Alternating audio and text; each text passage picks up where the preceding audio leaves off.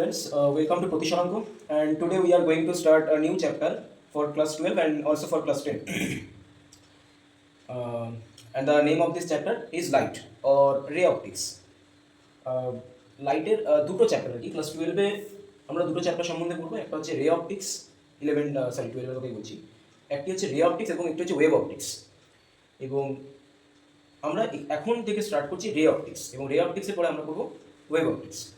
কিন্তু রে অপটিক্সটা ক্লাস 10-এর জন্য দরকার, মানে ওয়েভ অপটিক্সটা ক্লাস 10-এ নেই। জাস্ট ওয়েভ থিওরি কিছু ছোটো ছোটো জিনিস রয়েছে, সেটা আমি মেনশন করে দেবো পরে। বাট আপাতত আমাদের ক্লাস 10 এবং 12-এর জন্য রে অপটিক্সটাকে পুরো ভালো করে জানতে হবে। যদিও ক্লাস 12-এ যতটা অ্যাডভান্স থাকে ততটা ক্লাস 10-এ জিজ্ঞাসা করা হয়, কিন্তু থিওরি সবই সেম। শুধু একটু কোয়েশ্চেনের অ্যাডভান্স লেভেল বা বেসিক লেভেল এটা একটু ম্যাটার করে, যে ক্লাস 10-এ ক্লাস 12-এর মতো অত টাফ কোয়েশ্চেন দেবে না। হ্যাঁ, যাক মানে এরকম কোয়েশ্চেন হয়তো দেবে না যে যেখানে তোমাকে লেন্সের মানে অনেক কিছু আছে, যেমন লেন্স মেকার ফর্মুলা, এটা যেমন আবার ক্লাস 10-এ নেই। মানে ক্লাস 10-এ অ্যাডভান্স লেভেলের কিছু নেই, বেসিক আমি মেনশন করে দেবো যে কোনটা ক্লাস 10-এ রয়েছে কোনটা ক্লাস 12-এ রয়েছে।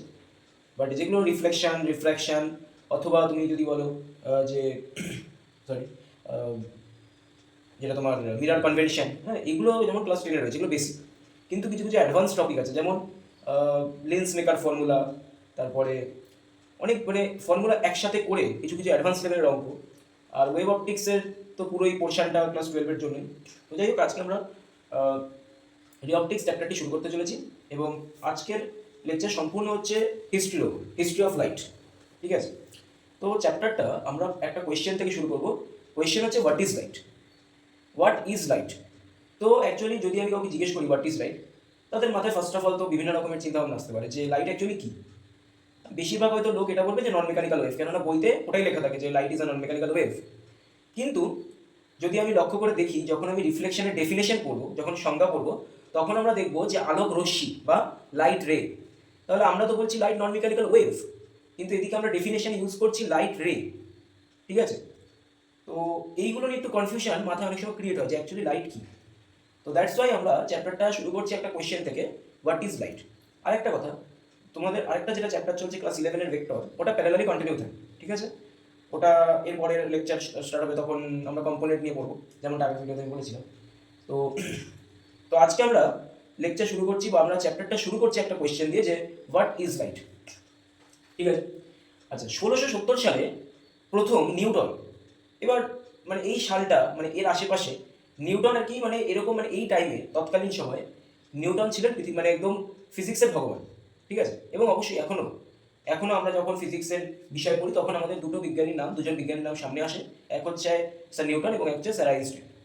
তো এনাদের নাম আমাদের সামনে আসে, এবং অবশ্যই এনারা দুজন না থাকলে আজকে হয়তো ফিজিক্স এতটা মানে কী বলবো, এতটা রয়্যাল হতো না। ঠিক আছে, এতটা মানে বড় সাবজেক্ট হতো না। তাহলে কিন্তু এই মানে নিউটন এবং আইনস্টাইন না থাকলে, যেটা আমার মনে হয়, আমার ব্যক্তিগত যেটা মত, যে ওই ফিজিক্সের বইটা একটা পাতলা বই রয়ে যেত। যাই হোক, অবশ্যই অন্যান্য বিজ্ঞানীরাও রয়েছে, তা না হলে আজকে ফিজিক্স এত মানে এরকম একটা জায়গায় পৌঁছাতে পারতো না। এবং আমরা আজকে যদি দেখি যে চাঁদে রকেট পাঠানো, তারপরে সমুদ্রের নিচে যাওয়া, তারপরে আদার যে সমস্ত কাজবাজ আছে, স্যাটেলাইট, তুমি ফোন ইউজ করছো, সেটা সব কিছু কিন্তু ফিজিক্স। তুমি যেখানেই যাও, তুমি একটা গাড়ি চালাচ্ছো, তুমি হাঁটছো রাস্তা থেকে, সেটাও কিন্তু ফিজিক্স। ঠিক আছে, তুমি পৃথিবীতে রয়েছে, সেটাও ফিজিক্স। তো physics, there are no limit for physics. ফিজিক্সের কোনো লিমিট নেই, ফিজিক্স একটা লিমিটলেস সাবজেক্ট। ঠিক আছে, আচ্ছা তো তো তৎকালীন সমাজে নিউটন ছিলেন ভগবান, এবং তখন নিউটন যা বলতো সেটাই ছিল শেষ কথা। ঠিক আছে, তো নিউটন 1670 সালে প্রথম বললো যে লাইট ইজ আ কর্পাসকিউলার পার্টিকেল। তার মানে কি, লাইট হলো মানে অনেকগুলো কণা দিয়ে তৈরি একটি, মানে অনেকগুলো কণা, বিচ্ছিন্ন কণা, ডিসক্রিট পার্টিকেল, অনেকগুলো বিচ্ছিন্ন কণা দিয়ে তৈরি লাইট। ঠিক আছে, তাহলে লাইট কী দিয়ে তৈরি? লাইট কণা দিয়ে তৈরি। তাহলে লাইট ইজ আ কর্পাসকিউলার পার্টিকেল, এটা নিউটন বলছে 1670 সালে। এবং তিনি লাইটের যে কর্পাসকিউলার পার্টিকেল, মানে যে কণা ধর্ম, লাইট তো কণা, মানে এটাকে বলা হয় সেই corpuscular theory of Newton in light, অথবা corpuscular particle theory of light. ঠিক আছে, এটা যখন হায়ার ফিজিক্সে যাবে তখন অপটিক্সের পুরো ডিটেলস থাকে, যে কর্পাসকিউলার থিওরি অফ লাইট। সরি, তো লাইটের কণা ধর্মের উপরে ভিত্তি করে নিউটন দুটি প্রপার্টি লাইটের ডিফাইন করুন, একটা কি রিফ্লেকশন এবং একটি হচ্ছে রিফ্র্যাকশন। তার মানে কি, লাইটের রিফ্লেকশন এবং রিফ্র্যাকশন যখন আমরা পড়ি, তখন আমরা এটা ধরে পড়ি না যে লাইট নন মেকানিক্যাল ওয়েভ, লাইট হলো কি কর্পাসকুলার পার্টিকেল, ঠিক আছে। কিন্তু কোয়েশ্চেন হচ্ছে আমরা যখন রিফ্লেকশন পড়ি তখন আমরা ডেফিনেশনে পড়ি যে আলোক রশ্মি। তাহলে আলোক রশ্মি কেন বলছি আমরা, কেন এটা বলছি না যে লাইট পার্টিকেল, তাহলে আমরা কেন বলছি না লাইট পার্টিকেল, আমরা কেন বলছি লাইট রে, সেটা আমরা জানবো কিছুক্ষণ পরে। তো ঠিক আছে, নিউটন প্রথম বললেন যে light is a corpuscular particle. তারপরে 1690 সালে 20 বছর পরে হাইজেন নামক আরেক বিজ্ঞানী তিনি বলছেন light is a mechanical wave. এবং সত্যি বলতে হাইজেনের এটা ছিল একটা হাইপোথেসিস, ঠিক আছে। কেন হাইপোথেসিস? যখন হাইজেন বললো যে light is a mechanical wave, তখন, এবং সত্যি কথা বলতে তখনকার যেটা বললাম যে তখনকার সময় নিউটন ছিলেন ভগবান, এবং ভগবানের উপরে কেউ কথা বলতে পারেনি, ভগবান যেটা বললো সেটাই শেষ কথা। কিন্তু অবশ্যই নিউটন একজন মানুষ ছিলেন, ঠিক আছে। তো যাই হোক, তখন নিউটনকে সব থেকে বেশি প্রাধান্য দেওয়া হতো, ঠিক আছে। নিউটন যা বলবে সেটাই একদম সর্বেসর্ব। তো ভালো কথা, তখন সবাই মিলে যারা নিউটনের পক্ষে ছিল তারা সবাই হাইজেনকে প্রশ্ন করলো যে ঠিক আছে, আমি মেনে নিলাম light is a mechanical wave, অবশ্যই এদিকে নিউটন মানে ভগবান তিনি বলছেন light is a corpuscular particle, এইদিকে হাইজেন সে বিরোধিতা করছে যে না light is a mechanical wave.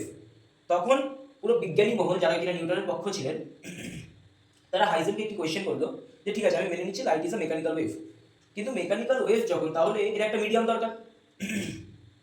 Medium মানে দেখো তুমি একটা জিনিস দেখবে, মিডিয়াম থাকলেই কিন্তু মানে মানে কোনো সাউন্ড বলো লাইট বলো ট্রাভেল করতে পারে। স্পেস অন্ধকার কেন? স্পেসে তো এত বড় সূর্য রয়েছে, আমরা সূর্য থেকে কত লক্ষ কিলোমিটার দূরে রয়েছি, তো সেখান থেকে আলো আসছে এবং আমরা পুরো দিন দেখতে পাচ্ছি, ঠিক আছে। কিন্তু স্পেসের কাজ মানে স্পেসে তো পুরো সূর্য ওটা তো আরও কাছে, কিন্তু ওখানে অন্ধকার কেন? কেন ওখানে সাউন্ড ট্রাভেল করতে পারে না? কারণ কোনো মিডিয়াম নেই, দেয়ার আর নো মিডিয়াম, ঠিক আছে। তো উইদাউট মিডিয়াম কোনো ওয়েভ, কোনো মেকানিক্যাল ওয়েভ কখনো ট্রাভেল করতে পারে না, ঠিক আছে।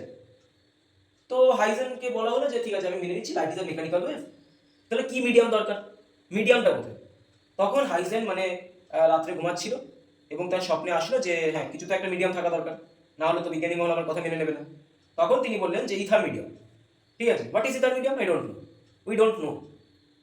হাইজেন বলছে যে একটা মিডিয়াম দরকার, মানে সবাই বিজ্ঞানী মহল হাইজেনকে এখন ঘিরে ধরেছে, ঠিক আছে।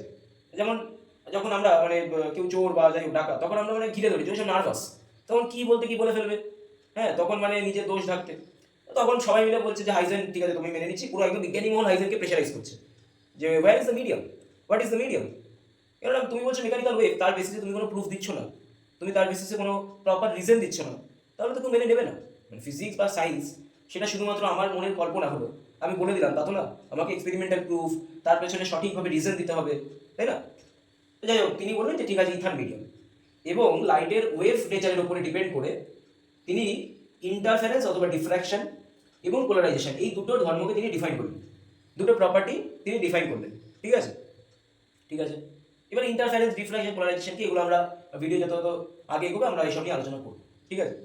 তো আজকের লেকচারটা বেসিক্যালি অ্যাকচুয়ালি মানে ইন্ট্রোডাকশন, যে আমরা যেটা বললাম যে হোয়াট ইজ লাইট, এই প্রশ্নের উত্তর আমরা খোঁজার চেষ্টা করছি। তো আজকের ক্লাসে আমরা এই প্রশ্নটা তৈরি করব যে হোয়াট ইজ লাইট, এবং কালকে আমরা দেখব যে হ্যাঁ অ্যাকচুয়ালি লাইট কি, ঠিক আছে। ঠিক আছে, ভালো কথা। হাইজেন বললো যে ঠিক আছে মেকানিক্যাল ওয়েভ, এবং সবাই বললো যে ঠিক আছে মেকানিক্যাল ওয়েভ আমি মেনে নিচ্ছি, কিন্তু মিডিয়ামটা কি? ঠিক আছে ইথার মিডিয়াম, ভালো কথা। এবং হাইজেন ওয়েভ নেচারের উপরে ডিপেন্ড করে লাইটের দুটি প্রপার্টি ডিফাইন করলো, একটি হচ্ছে ইন্টারফারেন্স অথবা ডিফ্র্যাকশন এবং একটি হচ্ছে পোলারাইজেশন, ঠিক আছে। ওকে, ভালো কথা। এরপরে ম্যাক্সওয়েল নামক আরেক বিজ্ঞানী আসলো, এবং 1865 সালে, মানে দেখতে পাচ্ছ তো অনেক অনেক পরে, অনেক পরে, প্রায় 150 বছর পর, হ্যাঁ। তো ম্যাক্সওয়েল কি বলছে, ম্যাক্সওয়েল হাইজেনের পক্ষ নিয়ে বলছে যে না light is a wave, light wave, no doubt, কিন্তু লাইট কোনো মেকানিক্যাল ওয়েভ না, লাইট হচ্ছে নন মেকানিক্যাল ওয়েভ, এবং নন মেকানিক্যাল ওয়েভের কোনো মিডিয়ামের দরকার পড়ে না, ঠিক আছে। ঠিক আছে, ভালো কথা। Light is a non mechanical wave, তাহলে আমরা যে আজকে পড়ি যে light is a non mechanical wave, তাহলে সেটা কিন্তু প্রথমে কে বলেছিল? ম্যাক্সওয়েল। কত সালে বলেছিল? 1865 সালে। এবং নন মেকানিক্যাল ওয়েভের মিডিয়ামের দরকার হয়, ঠিক আছে। আচ্ছা, এবারে ম্যাক্সওয়েল যে বললো যে নন মেকানিক্যাল ওয়েভ, অ্যাকচুয়ালি নন মেকানিক্যাল ওয়েভটা কি, ঠিক আছে। বলছে না অ্যাকচুয়ালি লাইট হচ্ছে একটি ট্রান্সভার্স ওয়েভ ইন নেচার, ঠিক আছে। তুমি এখানে দেখো যে the wave propagate in a direction perpendicular to both electric field and magnetic field. তার মানে কি? মানে ইলেকট্রিক ফিল্ড এবং ম্যাগনেটিক ফিল্ড, মানে এটা যদি ইলেকট্রিক ফিল্ড হয়, এটা যদি ম্যাগনেটিক ফিল্ড হয়, তাহলে কি হবে? লাইট কি হবে? পারপেন্ডিকুলার, এই দুটো ইলেকট্রিক ফিল্ড ম্যাগনেটিক ফিল্ড, তাহলে লাইট কি হবে? এইভাবে ট্রাভেল করবে, ঠিক আছে, পারপেন্ডিকুলার। তাই হচ্ছে light is a transverse wave অথবা নন মেকানিক্যাল ওয়েভ, ঠিক আছে, ভালো কথা। ম্যাক্সওয়েল বললো নন মেকানিক্যাল। এরপরে ম্যাক্স প্ল্যাঙ্ক 1901 সালে, যিনি কিনা ছিলেন নিউটনের ভক্ত, হ্যাঁ নিউটনের ভক্ত, তখন তিনি বললেন যে না, লাইট ইজ আ পার্টিকেল। মানে নিউটন ঠিক বলেছিলেন, ম্যাক্সওয়েল অনুযায়ী নিউটন ঠিক বলেছিলেন যে লাইট ইজ আ পার্টিকেল, ঠিক আছে। এবং লাইট পার্টিকেল, এবং সেটি কোন ধরনের পার্টিকেল? ফোটন। মানে অ্যাকচুয়ালি লাইট কি হয়, যে এরকম ছোট ছোট প্যাকেট। ফোটন কি? ফোটন হচ্ছে ছোট ছোট প্যাকেট, এরকম ছোট ছোট পার্টিকেল। হ্যাঁ, তো এই পার্টিকেলগুলো নিয়ে, যেগুলো এক একটা নাম হচ্ছে ফোটন, ফোটন এই পার্টিকেল নিয়ে তৈরি লাইট, এটা ম্যাক্স প্ল্যাঙ্ক বলছেন। এবং তার উপরে ভিত্তি করে তিনি black body radiation, photo electric effect, Compton effect, এগুলো তিনি ডিফাইন করলেন, ঠিক আছে। তো এইবারে কি হলো, যারা মানে এই সময় যারা কিনা একটু নিউ এজের বিজ্ঞানীরা ছিলেন, যারা নিউটনকে বেশি প্রেফার করতেন, যারা, তারা বলছেন লাইট ইজ আ পার্টিকেল। এবং যারা একটু ওল্ড জেনারেশনের বিজ্ঞানীরা ছিলেন, তারা বলছেন লাইট ইজ আ ওয়েভ। তাহলে এখন কি হলো, মানে পুরো পৃথিবীর বিজ্ঞানী মহল দুভাগে ভাগ হয়ে গেল, ঠিক আছে। কিছু ভাগ যারা কিনা ছিলেন নিউটনের পক্ষে, তারা বলছেন, বা নিউ জেনারেশন, তারা বলছেন লাইট ইজ আ পার্টিকেল। এবং যারা ওল্ড জেনারেশনের বিজ্ঞানীরা ছিল, যারা কিনা ম্যাক্সওয়েল, হাইজেনের দলের লোক ছিল, তারা বলছে লাইট ইজ আ ওয়েভ, ঠিক আছে। এবারে কথাটা কোথায়, মানে ব্যাপারটা কোথায় অ্যাকচুয়ালি, মানে light is a wave, light is a particle, কি হচ্ছে এটা, ঠিক আছে। কিন্তু এখন প্রশ্নটা হচ্ছে, লাইট যদি সত্যি ওয়েভ হয়, তাহলে কিন্তু তুমি লাইটের ওয়েভ নেচার দিয়ে reflection, refraction, black body radiation, photo electric effect, Compton effect, এগুলো তুমি ডিফাইন করতে পারবে না। কিন্তু লাইট যদি পার্টিকেল হয়, তাহলে তুমি আবার ইন্টারফারেন্স, রিফ্রাকশন, পোলারাইজেশন, ঠিক আছে, এইগুলো ডিফাইন করতে পারবে না। তাহলে আমাকে কিন্তু কিন্তু দেখো, এগুলো প্রত্যেকটি লাইটের প্রপার্টি। তাহলে আমাকে এটা বুঝতে হবে যে লাইট অ্যাকচুয়ালি কি, হোয়াট ইজ লাইট। ঠিক সেই সময় 1923 সালে ডি ব্রগলি, যখন আমরা লাইটে আরো এগোবো, তখন আমরা ডি ব্রগলি ওয়েভলেন্থ সম্বন্ধেও পড়বো, ঠিক আছে। Lambda is equal to h/p, যাই হোক, সেটা পরের কথা। তো ডি ব্রগলি অ্যাকচুয়ালি ইনি বিজ্ঞানীও ছিলেন না, ঠিক আছে, তিনি কোনো সায়েন্টিস্ট ছিলেন না, তিনি ল নিয়ে পড়ছিলেন, ঠিক আছে, তিনি পড়ছিলেন ল নিয়ে। তো একদিন তিনি কি করলেন, এবার অবশ্যই মানে পুরো পৃথিবীতে বিজ্ঞানী মহলের মধ্যে একটা মানে কি বলবো, একটা কোল্ড ওয়ার চলছে, যে হ্যাঁ একদল বিজ্ঞানী বলছে লাইট ইজ আ পার্টিকেল, একদল বিজ্ঞানী বলছে লাইট ইজ আ ওয়েভ। তখন ডি ব্রগলি তিনি তখন দেখলেন যে পুরো বিজ্ঞানী মহল লড়ছে, নিজেদের মধ্যেই লড়ছে। আর যখন বিজ্ঞানী মহল নিজেদের মধ্যেই লড়ছে, অবশ্যই সাবজেক্টেরও ডেভেলপমেন্ট হবে না, ঠিক আছে, কান্ট্রিরও ডেভেলপমেন্ট হবে না, কেননা সবাই নিজেদের মধ্যে লড়ছে। সবাই যদি একসাথে কাজ করে, আমরা জানি একতাই বল, যদি একসাথে কাজ করে তাহলে কাজটা বেশি ভালো হয়। কিন্তু ওই ডিভাইডেড হয়ে গেলে তখন আর কাজ ভালো হয় না। তখন ডি ব্রগলি সম্পূর্ণভাবে ফিজিক্সটাকে জানার চেষ্টা করলেন, ঠিক আছে। তিনি একদম ফিজিক্স পড়লেন, এবং অবশ্যই তিনি ছিলেন আর্টসের স্টুডেন্ট, ঠিক আছে। তো তিনি বেশি কল্পনা শক্তির উপরে, মানে কল্পনা মানে কি, আমরা কল্পনায় অনেক কিছু ভাবতে পারি। আমি কল্পনায় ভাবতে পারি আমি সুপারম্যান, আমি কল্পনায় ভাবতে পারি আমি আয়রন ম্যান। কল্পনায় ভাবাটা কোনো ফ্যাক্টর না। যাই হোক, ডি ব্রগলি তখন ফিজিক্সের সম্বন্ধে জানলেন, এবং তিনি সব থেকে বড় যেটা একটা লাইন বললেন, তিনি বললেন যে নেচার লাভ সিমেট্রি। এবারে এই লাইনটার মানে কি, দেখো, কোনো স্টুডেন্ট, ঠিক আছে, কোনো স্টুডেন্ট লাইক, মনে করো কোনো স্টুডেন্ট, যার নাম হচ্ছে ভোলা, তার বিহেভিয়ার, তার এই যে স্কুল টিচার এবং তার ফ্রেন্ডস, তাহলে ভোলা স্কুল টিচারের সামনে যে বিহেভিয়ার করবে, সেই বিহেভিয়ার বা সেই সেম বিহেভিয়ার নিশ্চয়ই সেটা বন্ধুদের সাথে করবে না। তার মানে কি, ভোলা তার বন্ধুদের সাথে যে বিহেভিয়ার করবে, সেটা নিশ্চয়ই সে তার টিচারের সাথে সে বিহেভিয়ার করবে না। তার মানে কি, তাহলে মানুষটা তো সেম। তাহলে আমাদের বিহেভিয়ার ডিপেন্ড করে আমাদের সামনে কে রয়েছে। আমার সামনে যদি আমার থেকে গুরুজন থাকে, তাহলে আমি তার সাথে যেইভাবে বিহেভিয়ার করব, আমি আমার ফ্রেন্ডের সাথে সেই বিহেভিয়ারটা করবো না। আমি আমার বড়দের বা গুরুজনদের আমি আপনি তুমি বলে রাখছি, কিন্তু বন্ধুদের তুই তামারি, ঠিক আছে। তাহলে আমাদের বিহেভিয়ার কিন্তু ডিপেন্ড করে আমাদের সামনে কে রয়েছে, রিলেটিভ তাই, ঠিক আছে। তো তিনি বলছেন যে হ্যাঁ, নেচার লাভ সিমেট্রি। তার মানে কি, তার মানে লাইট কখন কিরকম ভাবে রিয়াক্ট করবে, কখন লাইট ওয়েভ হয়ে যাবে, কখন লাইট পার্টিকেল হয়ে যাবে, কখন লাইট রে হয়ে যাবে, সেটা সম্পূর্ণভাবে ডিপেন্ড করবে লাইটের সামনে কে রয়েছে, the object in front of light. তাহলে তার উপরে ডিপেন্ড করবে যে লাইট কি হতে চাইছে। তো তিনি বলছেন যে লাইট হ্যাভ ডুয়েল নেচার। তার মানে কি, লাইটের ওয়েভ নেচারও রয়েছে এবং পার্টিকেল নেচারও রয়েছে। এবং তিনি বলছেন যে light is not a wave not a particle, it is only form of energy which sometimes behave as a particle and wave. ঠিক আছে, তো একদম ক্লিয়ার। ডি ব্রগলি তিনি বলছেন যে দেখো ঝামেলা করে লাভ নেই, ঠিক আছে, তোমরা এক হও। এবং আমি তোমাদের বলছি যে অ্যাকচুয়ালি কনফিউশনটা কোথায়। লাইট পার্টিকেল, লাইট ওয়েভ এই সমস্ত নিয়ে নিজেদের মধ্যে বচসা করে কোনো লাভ নেই, ঠিক আছে। তখন ডি ব্রগলি বললেন যে না, ঝামেলা করে লাভ নেই, আমাদের বুঝতে হবে যে আমাদের বিহেভিয়ার, আমরা যখন কারোর সাথে কোনো বিহেভিয়ার করি তখন সেটা কিন্তু অবশ্যই ডিপেন্ড করে আমাদের সামনে কে রয়েছে, ঠিক আছে। তার মানে কি, এখন আমি সাপোজ আমি বাইক চালাচ্ছি, আমি এখন ফাঁকা রাস্তায় আছি, আমি ফাঁকা রাস্তায় যতটা স্পিডে বাইকটা চালাতে পারবো, আমি কিন্তু একদম ট্রাফিকে ভরা রাস্তায় ঠিক সেই স্পিডে চালাতে পারবো না, তাই না? তো আমাদের রিলেটিভ, আমাদের সামনে কে রয়েছে, আমাদের সামনে কিরকম সিচুয়েশন রয়েছে তার উপরে কিন্তু আমরা ডিপেন্ড করি, ঠিক আছে। তো এখন ওটাই বলছে ডি ব্রগলি, সেটাই বলছে যে light is nothing, light is a form of energy that sometime behave as particle and sometime behave as wave.